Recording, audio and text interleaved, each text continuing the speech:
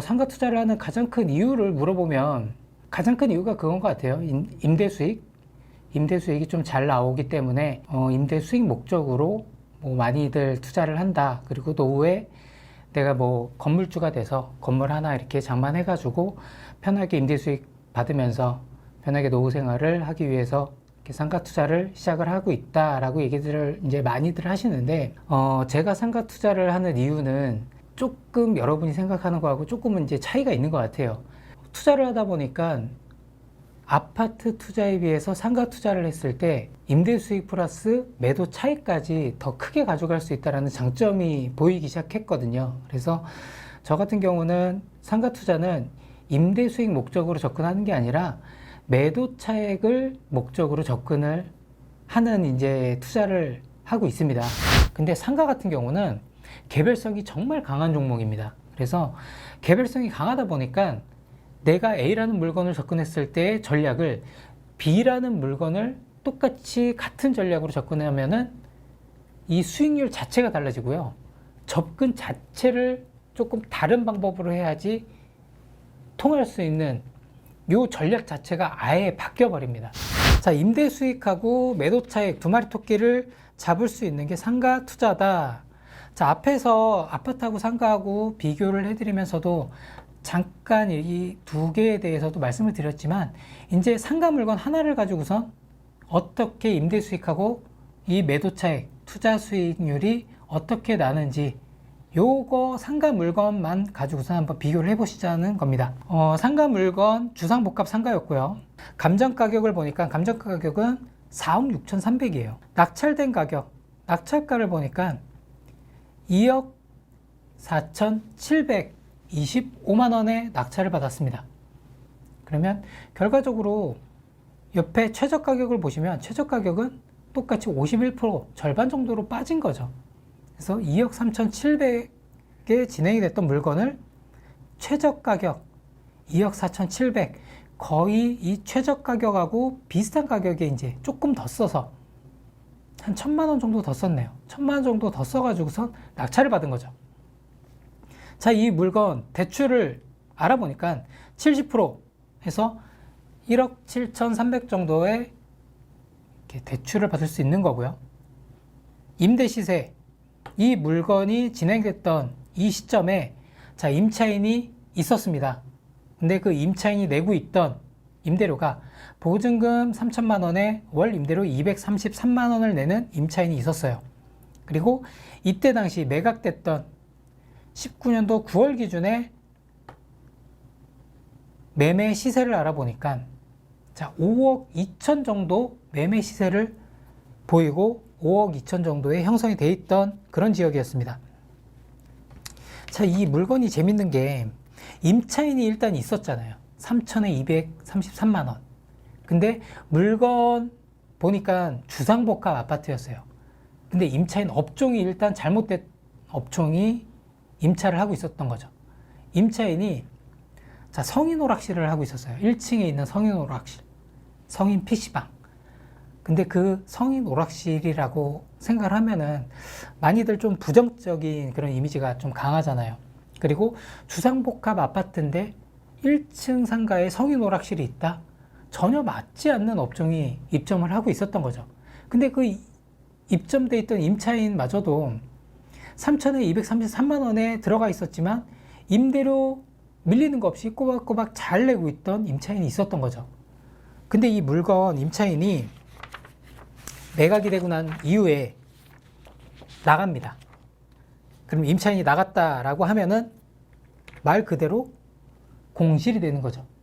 근데 공실이 됐다 하더라도 크게 문제가 안 됐던 게 주상복합 아파트예요. 주상복합 아파트에 입점할 수 있는 업종들이 딱 정해져 있는 게 있죠. 자, 일단 대표적으로 들어올 수 있는 게 부동산, 편의점, 미용실 다 들어올 수 있습니다. 그리고 이 주상복합 아파트에 없었던 업종이 하나 있었어요. 꼭 필요한데 안 들어왔던 업종이 세탁소가 하나 없었습니다. 근데 이 임차인이 나가면서 세탁소가 들어오게 된 거예요. 그 세탁소가 들어오고 똑같이 보증금 3천만 원에 월 임대료 233만 원. 이 금액에 바로 맞출 수 있었던 거죠. 그래서 일단 임대료, 임대 수익률로 놓고 따져보니까 자, 연 임대료, 연 임대 수익. 자, 수익률은 6.8%의 수익률이 나와요. 이 임대료 대비 감정가격 했을 때 수익률이 6.8%의 수익률이 나오는 거죠.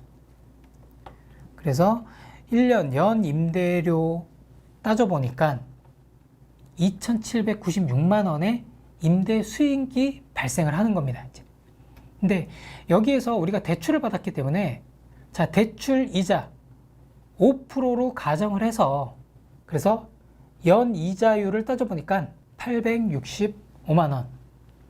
연 대출 이자를 내가 865만 원을 내야 돼요. 그러면 연 임대 수익에서 연 대출 이자를 제외하면은 1,900만 원 정도가 임대 수익으로 남는 거예요. 자, 일단 임대 수익이 1,900만 원이 1년에 1,900만 원이 발생을 한다. 그러면 매도 차익을 이제 보셔야죠. 자, 감정가격 4억 6천이었는데 지금 현재 시세 19년 9월 당시의 시세가 이렇게 형성이 되어 있다고 말씀드렸죠. 5억 2천. 그러면 이 물건을 내가 낙찰된 가격을 보니까 2억 4,725만 원에 낙찰을 받았습니다. 그러면 낙찰된 가격 지금 시세의 5억 2천에 내가 이거를 매도를 하겠다.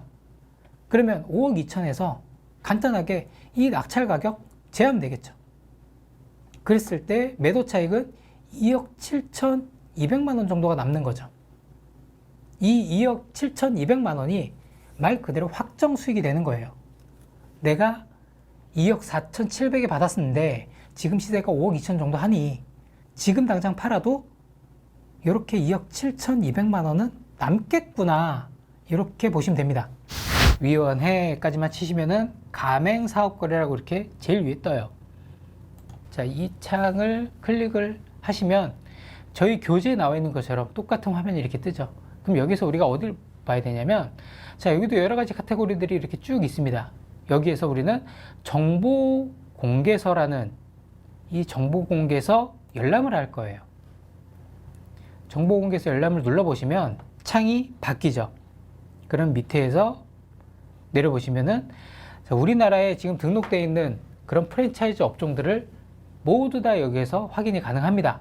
그럼 여기에서 나는 검색을 또 해볼 수가 있어요. 업종에 대한 거를 검색을 하시는데, 자, 업종에 대한 거를 검색을 하시기 전에 내 상가의 특성, 내 상가가 위치한 상권이 어떤 상권인지, 주간 상권인지 야간 상권인지 아니면 융 상권인지, 그리고 또 내 주변 상가들 업종들이 어떤 업종들이 입점을 많이 하고 있는지, 카페가 많은지 아니면 음식점들이 많은지 술집이 많은지, 이런 거는 기본적으로 내가 매수를 하기 전에 조사를 하기 때문에 알 수 있죠.